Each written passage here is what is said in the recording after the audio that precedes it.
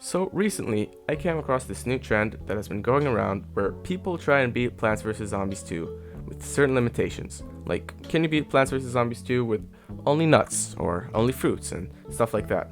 And so I thought I could probably join in on this trend since I love playing Plants vs. Zombies 2. And here is what I present to you. Can you beat Plants vs. Zombies 2 with only non-plants? Let me explain. Plants vs. Zombies is obviously a game that has plants, but also it has certain, plants that are not really plants. Like, for example, the Snapdragon. It's not a plant, but you basically call it a plant, even though it's not. So in this series, I'm gonna try and see if I can beat Plants vs. Zombies with only these sort of non-plants, basically. So here are the rules.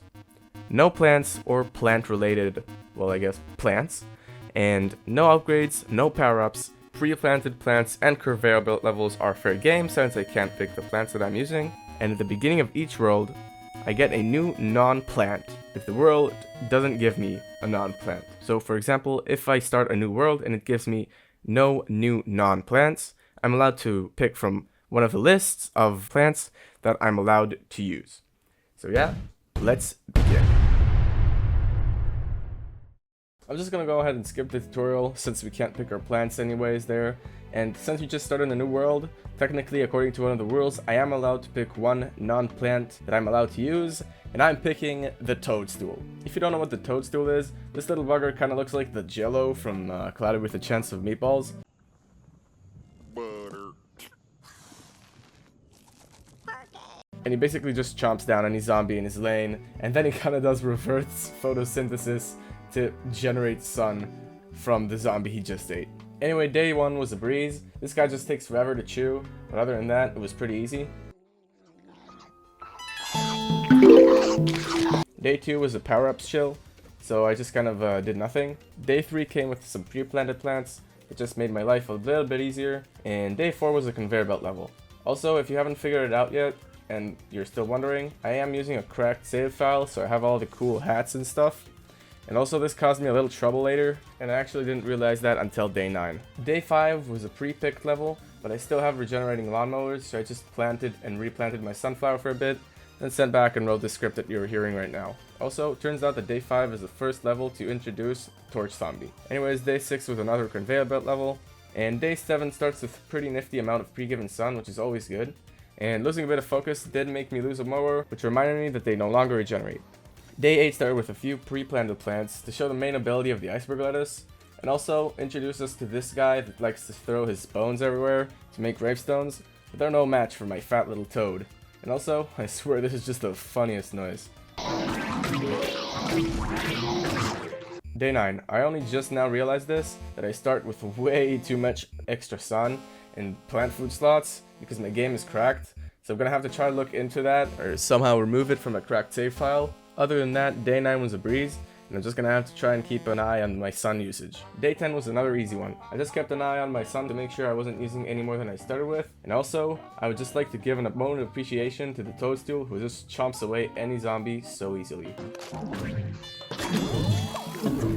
Day 11 was a survive with a given plants level, so I just demolished all the zombies with the power of Zeus. Day 12 was another easy one where nothing interesting happened, other than the fact that I accidentally didn't notice my sun usage and had to dig up a toad, but sadly after I already technically used it, but I guess that doesn't really matter anyways. Day 13 has a gimmick where I can't plant on Dave's funny looking mold. Nothing really happened until the moment I gave all my toads the plant food at the end, at the same time, so it was pretty satisfying and pretty cool.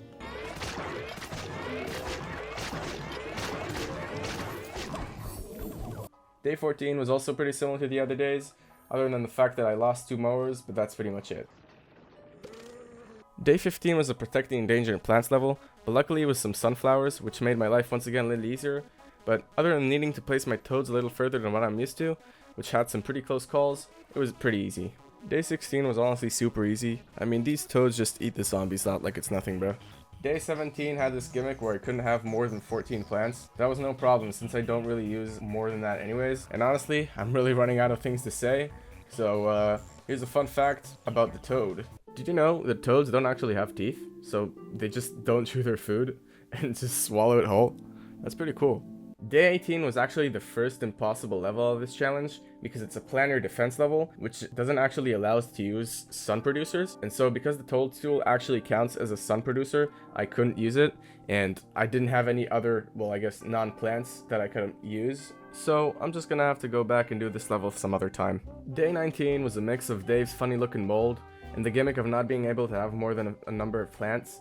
This time it was 16, and this level was so easy I didn't even realize when it was over.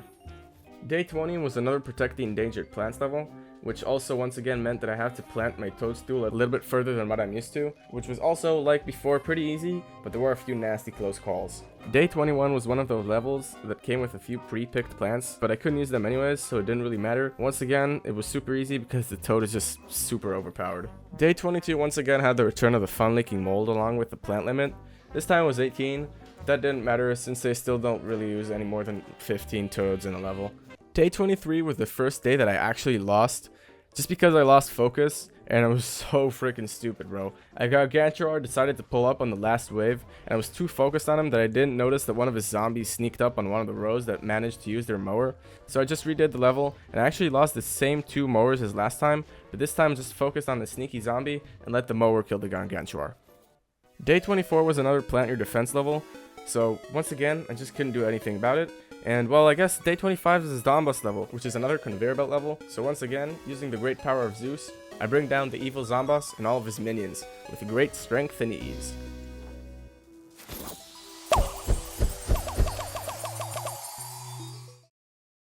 So yeah, that just about wraps it up. If you enjoyed it, make sure to leave a like and comment if you want a part 2. And just remember, the toadstool always solos the game.